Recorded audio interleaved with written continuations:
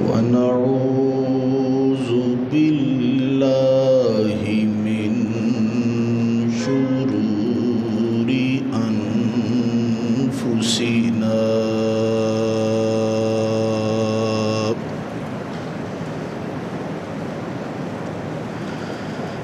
ومن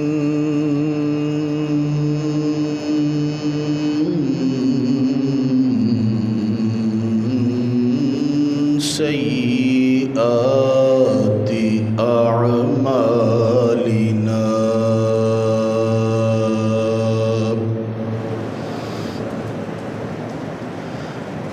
من يهده الله فلا مضل له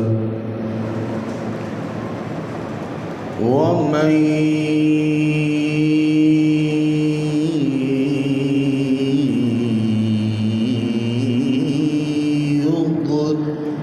يضلله فلا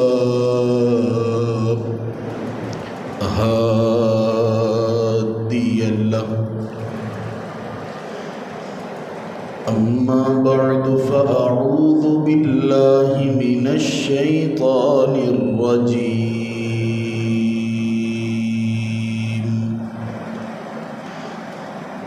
بسم الله الرحمن الرحيم.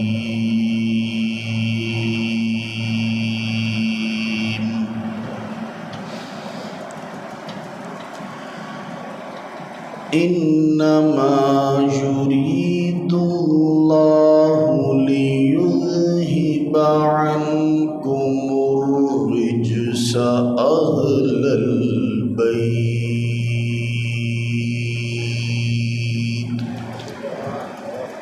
ويطهركم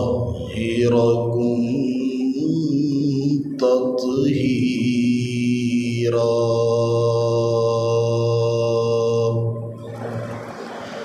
آمنت بالله صدق الله مولانا العظيم وبلغنا رسوله النبي الأمين الكريم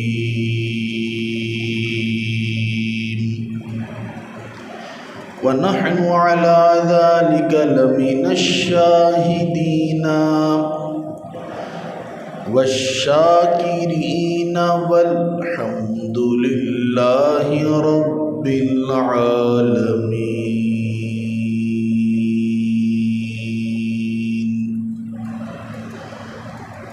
بڑی محبت، عقیدت اور الفت کے ساتھ پیارے آقا صلی اللہ علیہ وآلہ وسلم کی بابرکت ذات پر درود و سلام کا نذرانہ پیش کیجیے. الصلاۃ والسلام علیک یا سیدی یا رسول اللہ وعلی أصحابك يا سيدي يا حبيب الله. الصلاة والسلام عليك يا إمام الأنبياء والمرسلين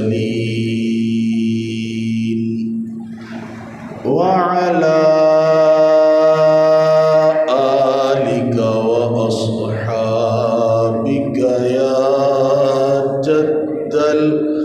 الحسن والحسين.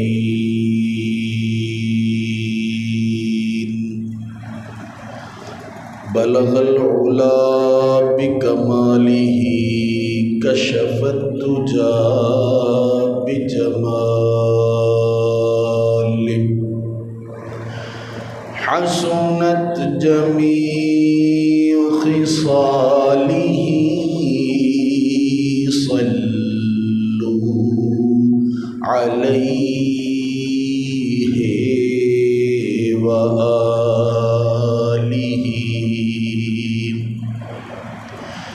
یا صاحب الجمال و یا سید البشر من وجهك المنير لقد نور القمر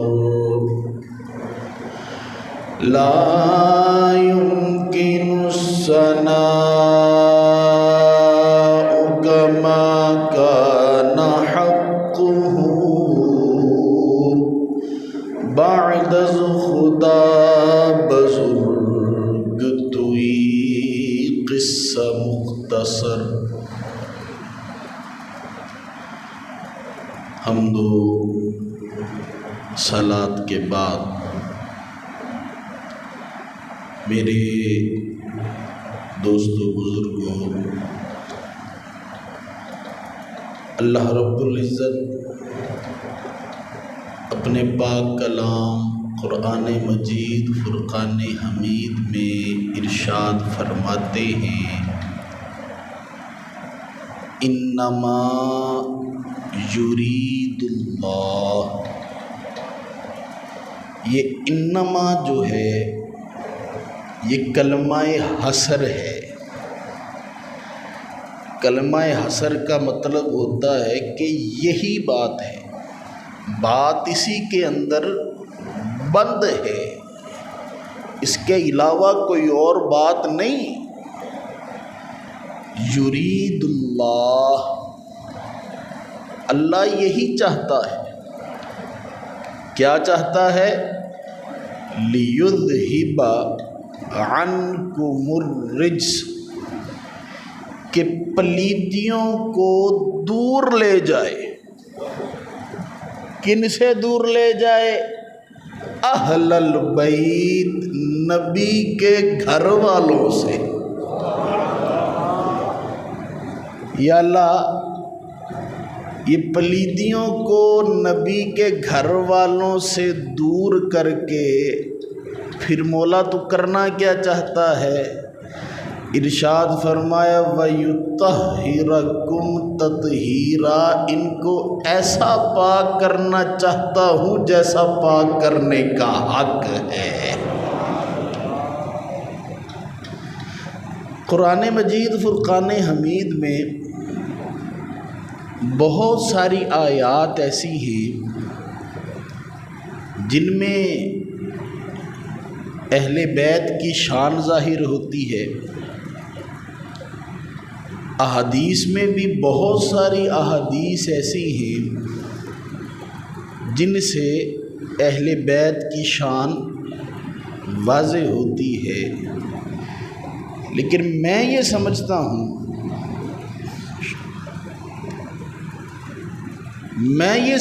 ہوں کہ اگر اس آیت کریمہ کے علاوہ کوئی اور آیت کریمہ بالفرض نہ بھی ہوتی ان کی شان میں، تو یہی آیت کریمہ اس قدر شان والی ہے کہ اس کے بعد ان کو مزید کسی شان کی ضرورت ہی نہیں رہتی۔ ذرا غور کیجئے گا، اللہ ارشاد فرماتے ہیں انما یرید اللہ، اللہ یہی چاہتا ہے، یعنی اللہ رب العزت اس آیت کریمہ میں ڈائریکٹ خطاب کر رہا ہے اہل بیت سے، کوئی وسیلہ نہیں۔ اللہ یہ نہیں فرما رہا کہ اے نبی تم کہہ دو، ایسا نہیں ہے، ڈائریکٹ اللہ خطاب کر رہا ہے۔ اور ڈائریکٹ اللہ رب العزت جس کو خطاب کر لے اس کی شان اس سے بڑھ کر اور کیا ہو سکتی ہے؟ وہ اللہ سے ڈائریکٹ کلام کرنے کے لیے موسیٰ کو کوہ طور پر جانا پڑتا تھا، اور اہل بیت گھر میں آرام سے بیٹھے ہیں، اللہ رب العزت ڈائریکٹ ان سے خطاب فرما رہا ہے۔ اس سے بڑھ کر اور کیا شان ہو سکتی ہے؟ اچھا، یہاں ذہنوں میں ایک بات آتی ہے یار اللہ ڈائریکٹ ہمیں بھی تو خطاب کرتا ہے نا. اللہ قرآن میں جگہ جگہ ارشاد نہیں فرماتا یا ایھا الذین آمنو؟ اللہ رب العزت لوگوں کو بھی تو خطاب کرتا ہے نا. اللہ رب العزت ارشاد فرماتے ہیں یا ایھا الناس. تو اس میں اور اس میں پھر فرق کیا ہوا؟ ہمیں بھی تو اللہ خطاب کرتا ہے، اگر اہل بیت کو بھی اگر خطاب کر لیا تو اس میں فرق کیا ہوا؟ ایک فرق ہے، اللہ رب العزت جب بھی یا ایھا الذین آمنو ارشاد فرماتے ہیں اس کے بعد یا امر کا صیغہ ہوتا ہے، کسی کام کے کرنے کا حکم دیا جاتا ہے یا کسی کام سے روکے جانے کا فرمایا جاتا ہے. مثال کے طور پر اللہ رب العزت ارشاد فرماتے ہیں یا ایھا الذین آمنوا اتقوا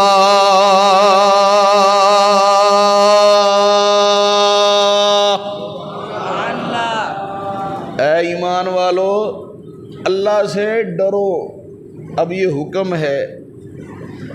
کبھی کبھی اللہ رب العزت کسی کام سے روکتے ہیں، جیسے کہ یا ایھا الذین آمنوا لا ترفعوا اصواتکم فوق صوت النبی. اے ایمان والو اپنی آواز کو محبوب کی آوازوں سے اوپر نہ کر لینا، اپنی آوازوں کو ہمیشہ نیچے ہی رکھنا. یارو فرق یہی ہے، اللہ جب مجھے اور تمہیں خطاب کرتا ہے، ہمیں حکم دیتا ہے یا کسی کام سے روکتا ہے. لیکن قربان جائیے اہل بیت پر، اللہ نے جب اہل بیت کو خطاب فرمایا کوئی حکم نہیں دیا، کسی کام سے روکا نہیں، بلکہ انعام دیا. انعام بھی کیا دیا؟ اللہ نے ارادہ ظاہر کیا، اے نبی کی اہل بیت میں تمہیں پاک کرنا چاہتا ہوں، پاک بھی ایسے کرنا چاہتا ہوں جیسے پاک کرنے کا حق ہے.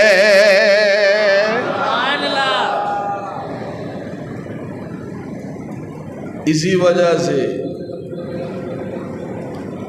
میرے تیرے امام سیدی اعلیٰ حضرت امام احمد رضا خان بریلوی رحمہ اللہ آپ ارشاد فرماتے ہیں ان کی پاکی کا خدائے پاک کرتا ہے بیان. ان کی پاکی کا خدائے پاک کرتا ہے بیان. ان کی پاکی کا خدائے پاک کرتا ہے بیان. آیت تطہیر سے ظاہر ہے شان اہل بیت. آیت تطہیر سے ظاہر ہے شان. سرکار دو عالم صلی اللہ علیہ وآلہ وسلم نے ایک دفعہ اپنی دائیں جانب مولا علی کرم اللہ تعالی وجہہ الکریم کو بٹھایا، بائیں جانب سیدہ فاطمہ زہرا کو بٹھایا، اپنی ایک ران پر مولا حسن کو بٹھایا، دوسری ران پر مولا حسین کو بٹھایا۔ دیکھو آج کے زمانے میں نے کتنے آرام سے یہ جملے بول دیے اور آپ نے کتنے آرام سے یہ جملے سن لیے۔ تصور کرو ذرا، 1400 سال پہلے کا زمانہ، 1400 سال پہلے کا عرب، جہاں بیٹی کو عزت نہیں دی جاتی، بیٹی پیدا ہوتی تھی اسے زندہ دفن کر دیا جاتا تھا، بچوں کے ساتھ پیار نہیں کیا جاتا تھا۔ ایک حدیث شریف میں ہے، ایک بندہ رسول اللہ صلی اللہ علیہ وآلہ وسلم پاس آیا تو اس نے دیکھا کہ آپ کسی بچے کو چوم رہے ہیں، تو وہ حیران ہو کر کہنے لگا یا رسول اللہ یا حبیب اللہ، میرے 11 بچے نے، میں نے اپنے بچوں کو کبھی نہیں چوما، آپ ان کو چوم رہے ہیں۔ اللہ کے حبیب نے ارشاد فرمایا اگر اللہ نے تیرے دل میں رحم نہیں ڈالا تو میں کیا کروں، میرے دل میں تو رحم ہے نا۔ تو وہ زمانہ جہاں لوگ اپنے بچوں کو چومنے سے ہچکچاتے تھے، بیٹی پیدا ہو تو زندہ دفن کر دیتے تھے، اس وجہ سے کہ کل کو بڑی ہوگی، شادی کریں گے، اس کی داماد ہوگا، ہماری آنکھیں اس کے سامنے جھک جائیں گی۔ اللہ کے حبیب نے ایک ہی وقت میں بیٹی کو بھی عزت سے نوازا، بیٹی کو اپنے دل والی سائیڈ پہ بٹھایا، داماد کو بھی عزت سے نوازا، اپنی دائیں جانب بٹھایا، بچوں کو بھی عزت سے نوازا، اپنی پاک رانوں پر بٹھا کر بتلا دیا یہ رشتے نفرت کے قابل نہیں بلکہ یہ رشتے محبتوں کے قابل ہیں۔ سبحان اللہ۔ اب اللہ کے حبیب نے کیا کیا، ان کو بٹھا کر ایسے اپنے اوپر نہ ایک چادر لی، چادر، اور چادر میں سبھی کو گھیرے میں لے لیا، گھیرے میں لے کر اللہ کے نبی نے دعا مانگی، اللہم ہؤلاء اہل بیتی، یا اللہ یہ میری اہل بیت ہے، فطہرہم تطہیرا، یا اللہ ان کو بھی ایسے پاک کر دے مولا جیسے پاک کرنے کا حق ہے۔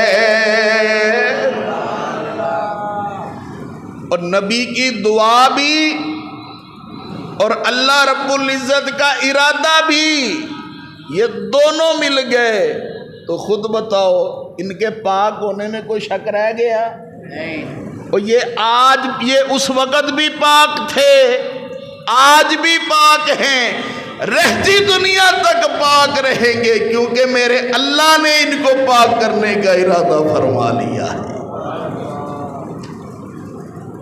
اور سرکار دو عالم صلی اللہ علیہ وآلہ وسلم نے ایک اور دفعہ ایسے ہی سبھی بیٹھے ہوئے تھے، یہ 5 تن بیٹھا ہوا تھا، اہل بیت بیٹھی ہوئی تھی، آپ نے ارشاد فرمایا من احبنی، جو میرے ساتھ محبت کرے، وَأَحَبَّ هَذَيْنِ، میرے ان دونوں شہزادوں کے ساتھ محبت کرے، وَأَبَاهُمَا، ان کے ابا جی مولا علی کے ساتھ محبت کرے، وَأُمَّهُمَا، ان کی اماں سیدہ فاطمہ زہرا کے ساتھ محبت کرے، کَانَ مَعِی فِی دَرَجَتِی یوم القیامہ، کل جب قیامت کا دن ہوگا میں مصطفیٰ اس کو نہ صرف بازو سے پکڑ کر جنت میں لے کر جاؤں گا بلکہ جنت میں میں مصطفیٰ اس کو اپنے درجے میں رکھوں گا.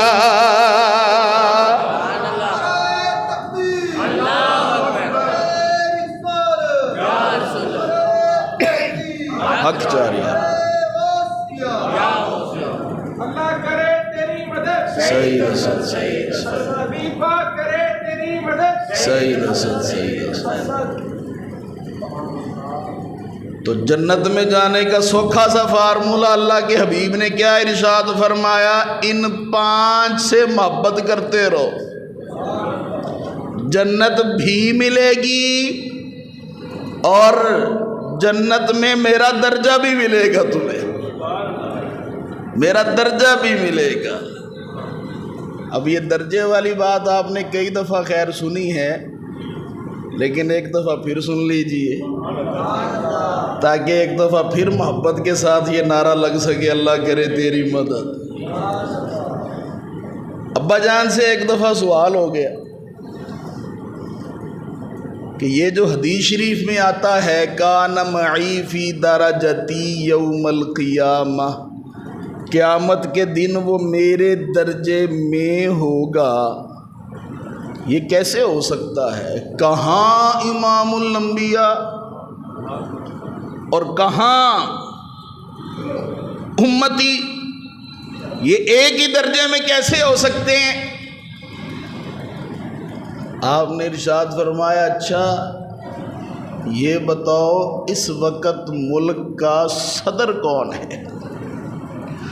اس وقت حکومت تھی ضیاء صاحب کی، صدر ضیاء صاحب کی، ضیاء الحق صاحب کی.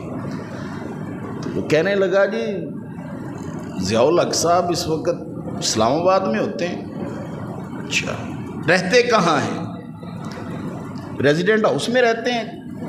اچھا اکیلے رہتے ہیں؟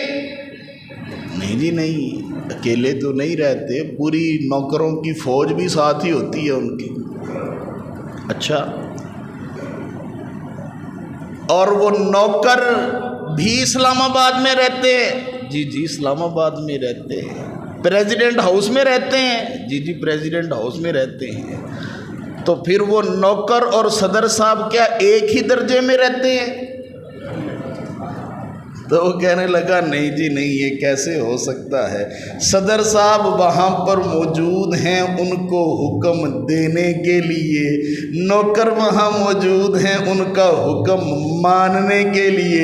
آپ نے فرمایا بس ایسے ہی سمجھ لو جنت میں مصطفیٰ بھی درجے میں ہوں گے، ہم امتی بھی اسی درجے میں ہوں گے. فرق یہی ہوگا مصطفیٰ حکم دینے والوں میں ہوں گے، ہم حکم لینے والوں میں سے ہوں گے. اللہ کرے تیری مدد. صحیح نصر اللہ کرے تیری مدد. صحیح نصر صحیح نصر. یہی حدیث جب میرے امام نے پڑھی نا سیدی اعلیٰ حضرت نے، تو آپ کے قلم نے جھوم کر لکھا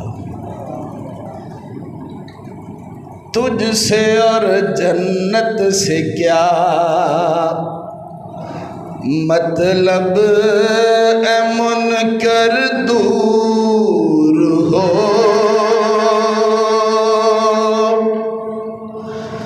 تجھ سے اور جنت سے کیا مطلب اے منکر دور ہو، تجھ سے اور جنت سے کیا مطلب اے منکر دور ہو،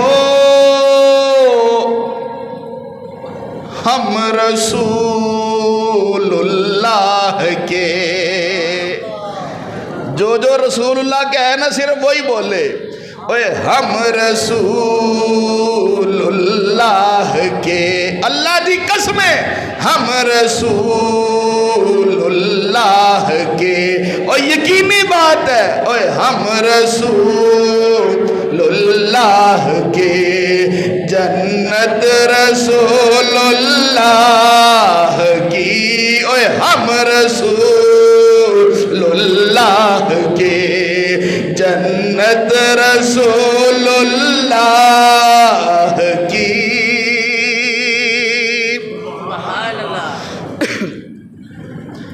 اچھا بعض لوگوں کو نا اس بات پہ بڑی مرچیں لگتی ہیں، بڑی مرچیں لگتی ہیں، وہ ایک ہی تسی ہر ویلے اللہ کے حبیب سے مانگتے رہتے ہو، جنت تو اللہ کی ہے، اللہ کے رسول کی تھوڑی ہے، تو اللہ سے مانگو۔ بھول گئے ہو اللہ کے ایک نبی تھے حضرت ابراہیم خلیل اللہ، جب نمرود نے انہیں منجیق میں ڈالا نا، ان کو پھینکا آگ کی طرف، اللہ کا فرشتہ جبریل آ گیا، حضرت ابراہیم ہوا میں جا رہے ہیں، جبریل آ گیا، جبریل نے آ کر پوچھا حل لک حاجہ، اے اللہ کے نبی کوئی حاجت ہے، کوئی میرے واسطے حکم ہے؟ آپ نے فرمایا حاجت تو ہے لیکن تجھ سے نہیں، تجھ سے نہیں۔ اللہ کا دوسرا فرشتہ آ گیا، وہ فرشتہ جو ہواؤں کو کنٹرول کرتا ہے، اس نے بھی آ کر یہی پوچھا حل لک حاجہ، کوئی حاجت ہے؟ آپ نے فرمایا حاجت ہے لیکن تم سے نہیں، جاؤ۔ ایک اور فرشتہ آ گیا جو زمین کو کنٹرول کرتا ہے، اس نے کہا اللہ کے نبی مجھے حکم دیجئے میں جہاں آگ لگی ہوئی ہے اس جگہ کوئی پھاڑ دوں، آگ نیچے چلی جائے، زمین برابر ہو جائے، حکم تو کیجئے، ہے کوئی حاجت؟ آپ نے فرمایا کوئی نہیں، کوئی نہیں حاجت۔ ہمارے مخالفین کہتے ہیں وہ دیکھو نا، وہ دیکھو اللہ کے نبی نے غیر اللہ سے مدد نہیں مانگی، تم کیوں مانگتے ہو؟ اللہ کے نبی کو زیادہ توحید کا پتہ تھا کہ تمہیں توحید کا زیادہ پتہ ہے۔ یہ ہم پر وہ ایک اعتراض کرتے ہیں، تو ہم کہتے ہیں یار حدیث پڑھنی ہو نا تو مصطفیٰ کے عاشقوں سے حدیث پڑھا کرو، اور ان سے حدیث پڑھا کرو جن کے دل میں عشق مصطفیٰ ہو، جن کے دل میں عشق مصطفیٰ نہ ہو۔ وہ کہتے ہیں نا بنا عشق کے جو پڑھتے ہیں بخاری، آتا ہے بخار آتی نہیں بخاری۔ تو ہم عرض کرتے ہیں یار اسی حدیث کی ذرا اگلے الفاظ بھی تو پڑھو نا۔ جبریل نے عرض کیا یا نبی اللہ چلو ہمیں نہیں کہنا، نہ کہو، اس سے تو حاجت ہے نا، اللہ سے تو حاجت ہے نا، اللہ سے تو کہو۔ اللہ کے نبی نے فرمایا کوئی نہیں، میں نے نہیں کہنا۔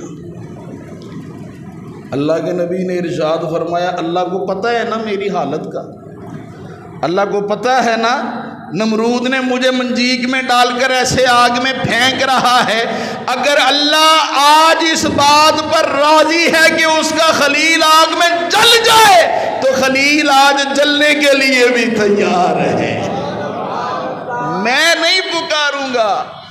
تو کیا پھر اس حدیث کی روح سے اللہ کو پکارنا بھی چھوڑ دیں، اللہ سے دعا کرنا بھی چھوڑ دیں؟ اب ذرا جلدی سے آؤ ذرا ایک اور حدیث شریف کی طرف۔ سرکار دو عالم صلی اللہ علیہ وآلہ وسلم نے ایک دفعہ ارشاد فرمایا، اللہ نے مجھے فرمایا پیارے حبیب 3 دعائیں کرو میں تمہاری دعاؤں کو پورا فرماؤں گا۔ اور ذرا پیار سے کہہ دو 3 دعائیں کرو میں وہ 3 دعائیں پوری کروں گا۔ اب ذرا ایمانداری سے بتاؤ، اگر اللہ تمہیں کہہ دے، اللہ مجھے کہہ دے کہ بھائی تمہاری 3 دعائیں پوری ہوں گی تو ہم کیا مانگیں گے؟ اپنے واسطے، اپنے لیے دعائیں مانگیں گے۔ پر یارو مصطفیٰ نے اپنے لیے دعا نہیں مانگی، دعا مانگی بھی تو ان غلاموں کے لیے مانگی۔ اللہ کے حبیب نے دعا مانگی یا اللہ میری امت کے کبیرہ گناہوں کو معاف فرما دے۔ اللہ نے فرمایا پیارے حبیب تو نے کہا ہم نے مان لیا، تیری امت کے کبیرہ گناہوں کو ہم نے معاف فرما دیا۔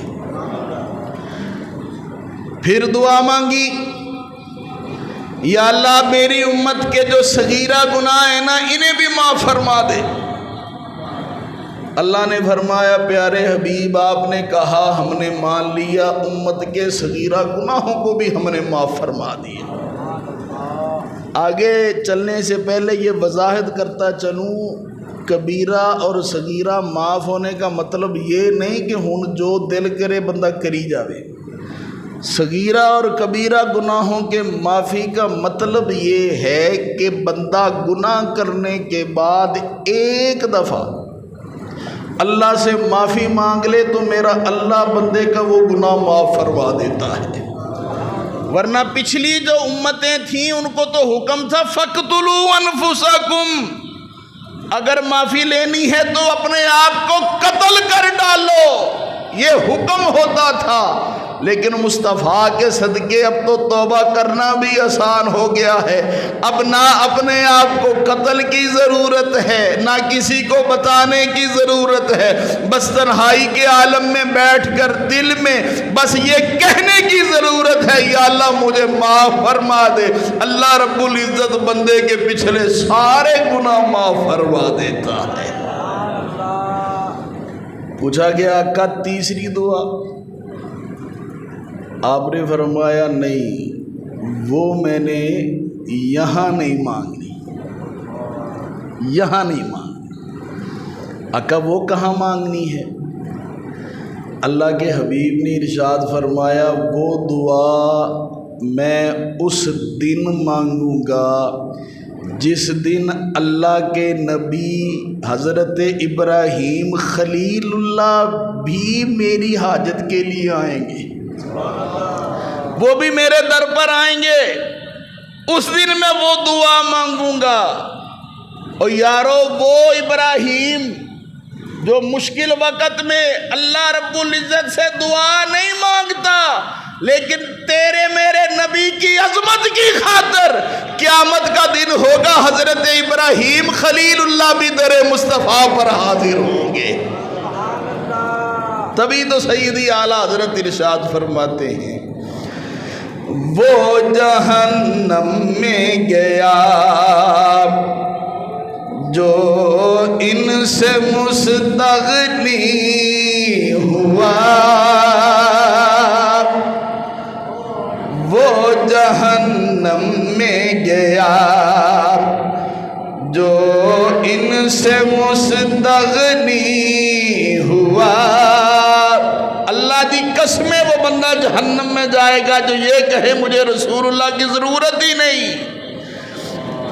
وہ جہنم میں گیا جو ان سے مستغنی ہوا، ہے خلیل اللہ کو، ہے خلیل اللہ کو حاجت رسول اللہ کی، ہے خلیل اللہ کو حاجت رسول اللہ کی۔ سرکار دو عالم صلی اللہ علیہ وآلہ وسلم کی اس حدیث پر عمل کرتے ہوئے من احبنی و احب حاذین، صحابہ نے دل و جان سے ان شہزادوں کے ساتھ محبت فرمائی۔ نہ صرف شہزادوں سے بلکہ مولا علی سے اور سیدہ فاطمہ کی خدمت میں کوئی کسر نہیں چھوڑی۔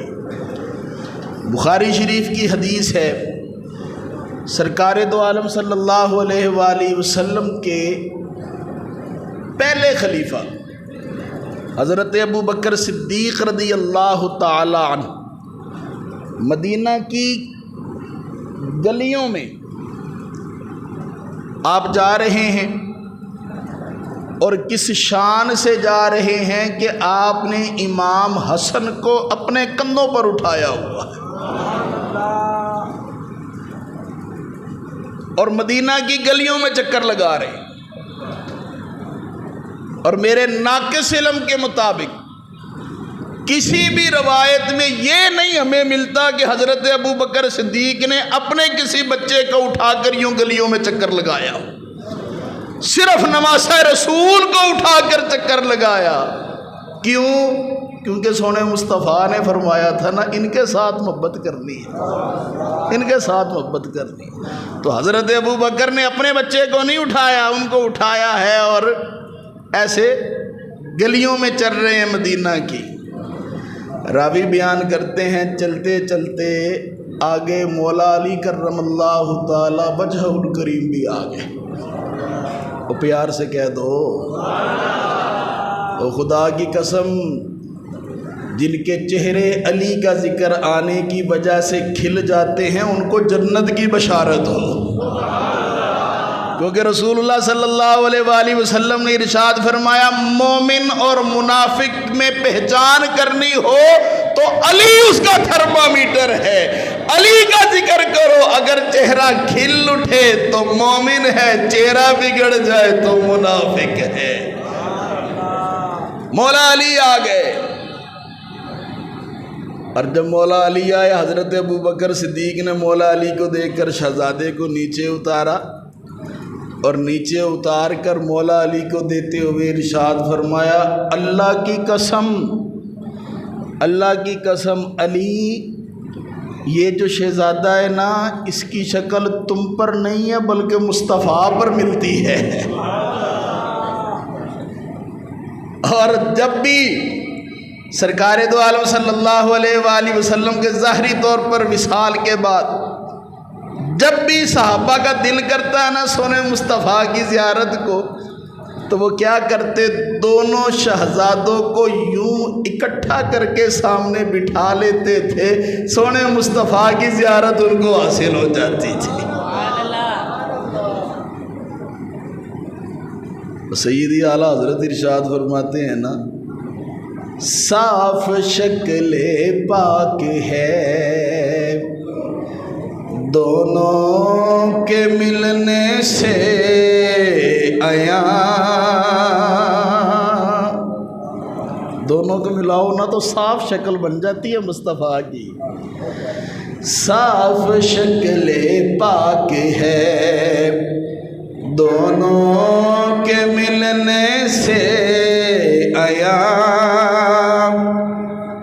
صاف شکل پاک ہے دونوں کے ملنے سے عیاں، خط تو ام میں لکھا یہ دو ورقہ نور کا، خط تو ام میں لکھا یہ دو ورقہ نور کا۔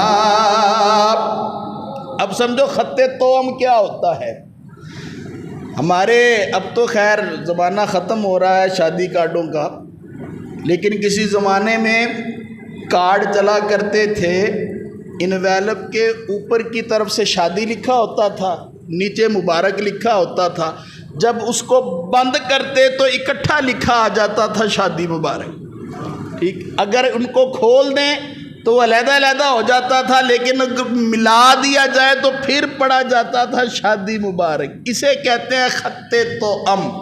ایسی تحریر جو ہو اکٹھی لیکن دو صفوں پر لکھی ہو، تو سیدی یہی ارشاد فرماتے ہیں صاف شکل پاک ہے دونوں کے ملنے سے عیاں، خط تو ام میں لکھا، اوے خط تو ام میں لکھا یہ دو ورقہ نور کا۔ اور آقا تیری نسل پاک میں ہے بچہ بچہ نور کا، تیری نسل پاک میں ہے بچہ بچہ دیکھو محرم ہے، خاص دن ہے، 9 محرم ہے، آج جمعے کا دن ہے، ایک ہی دن کا فرق ہے۔ اس وقت 10 محرم جمعے کو تھی، آج 9 ہے۔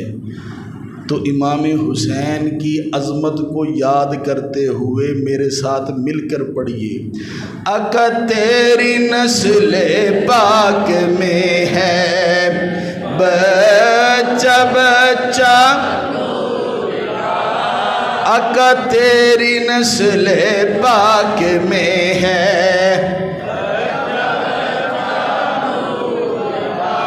تیری نسل پاک میں ہے بچہ بچہ نور کا، تیری نسل پاک میں ہے بچہ بچہ نور کا، تو ہے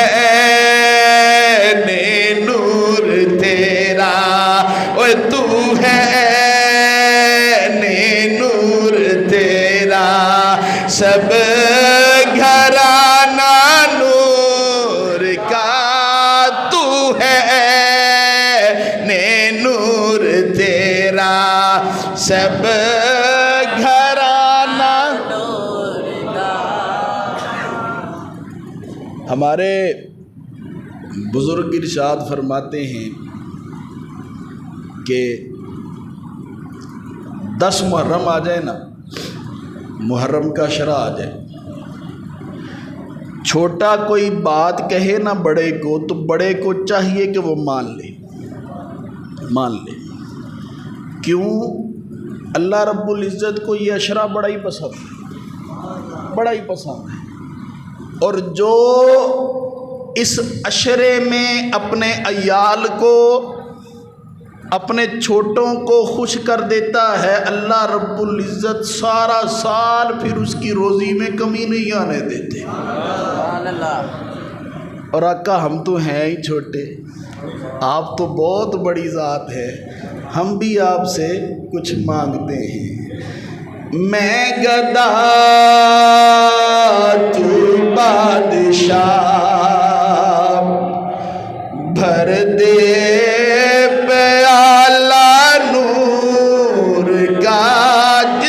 سونے مصطفیٰ سے ضرورت ہے نا، میرے ساتھ مل کے پڑھے، میں گدا تو بادشاہ، بھر دے پیالہ نور کا، یا رسول اللہ نواسوں کا صدقہ، میں گدا تو بادشاہ، بھر دے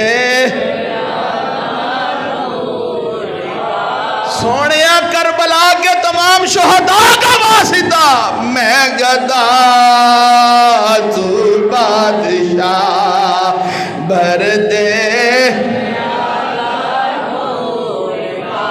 میں گدا تو بادشاہ، بھر دے پیالہ نور کا،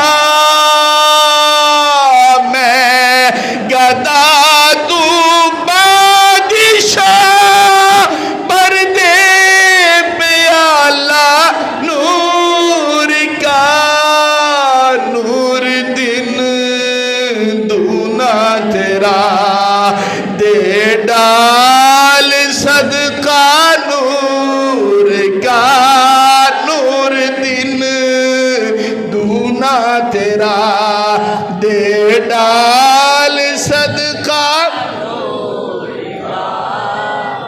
اور میرے آقا کی تو شان ہی ایسی ہے، میرے آقا سے جس نے بھی جو مانگا میرے آقا نے کبھی اس کو نہ تو کی نہیں۔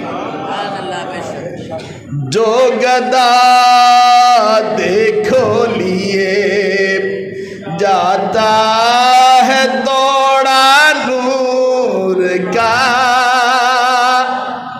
توڑا کے 2 معنی ہیں، ایک بورا اور ایک کم کاٹا ہونا۔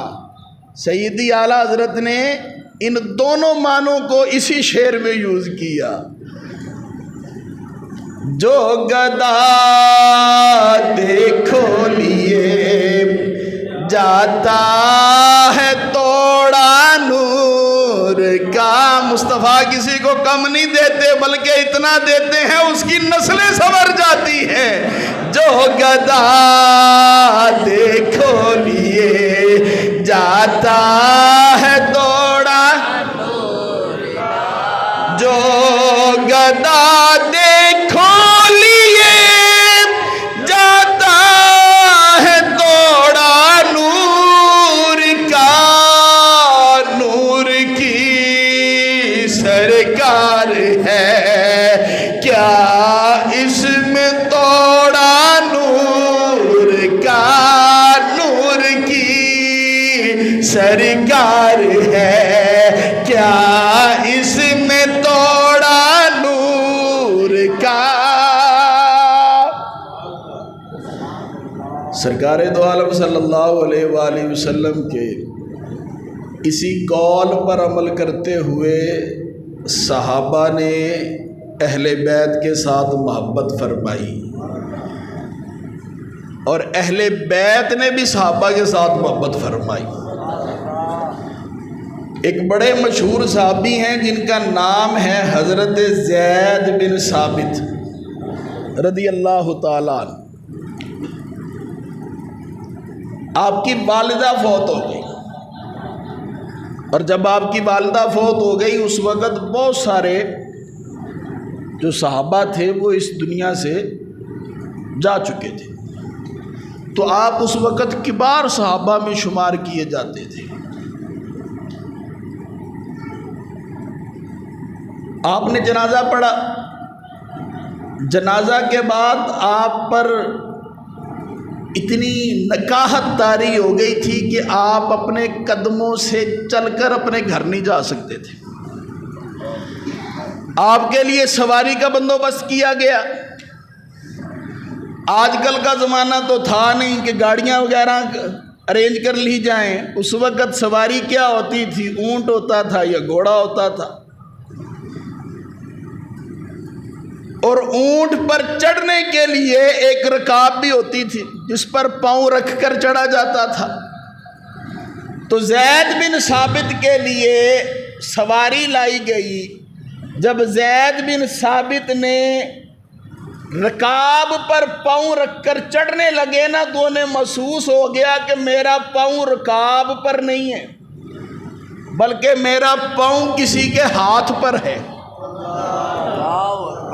اب زید بن ثابت نے یوں نیچے دیکھا تو نیچے کوئی اور نہیں بلکہ رسول اللہ کے پیارے چچا حضرت عباس کا بیٹا حضرت عبداللہ تھے.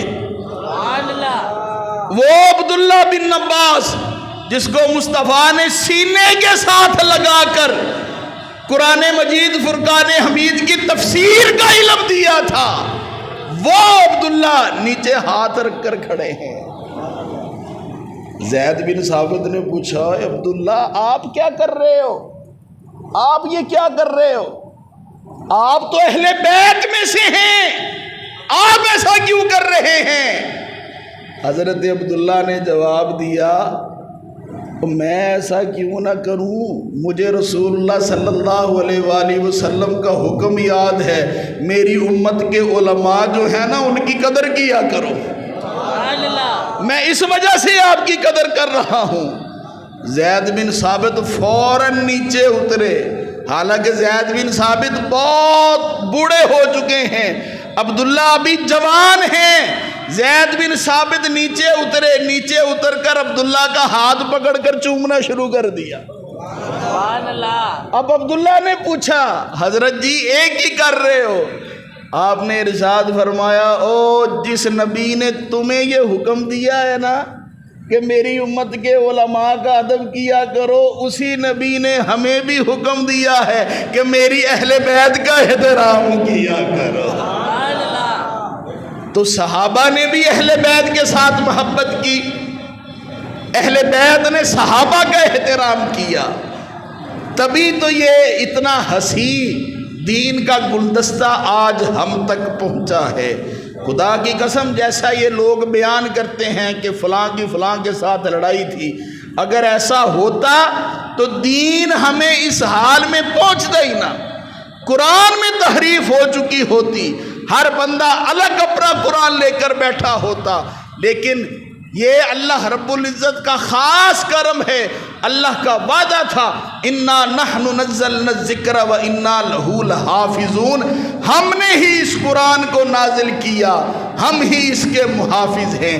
تو آج ہمیں قرآن مجید فرقان حمید یہ صحیح حالت میں ملنا اس بات کا ثبوت ہے کہ جو اصلی راوی ہیں یعنی کہ صحابہ اور اہل بیت، ان کے آپس میں قطعاً کسی قسم کے کوئی اختلافات نہیں تھے، بلکہ محبت ہی محبت تھی، محبت ہی محبت تھی۔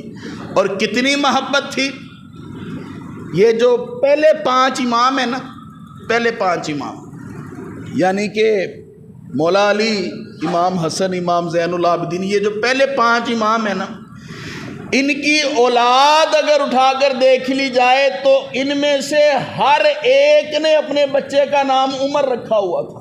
سبحان اللہ، اور ذرا پیار سے کہہ دو سبحان اللہ۔ جس کو حضرت عمر فاروق کے ساتھ محبت ہے ذرا اونچی کہہ دے سبحان اللہ۔ ہر ایک نے اپنے بچے کا نام، ایک نہ ایک بچے کا نام عمر ضرور رکھا تھا۔ کیوں؟ کیونکہ صحابہ کا احترام جو کرتے تھے، اور صحابہ بھی اہل بیت کا احترام کرتے تھے۔ اللہ رب العزت ہمیں بھی ہمیشہ صحابہ اور اہل بیت کا احترام کرتے رہنے کی توفیق عطا فرمائے۔ وآخر دعوانا ان الحمد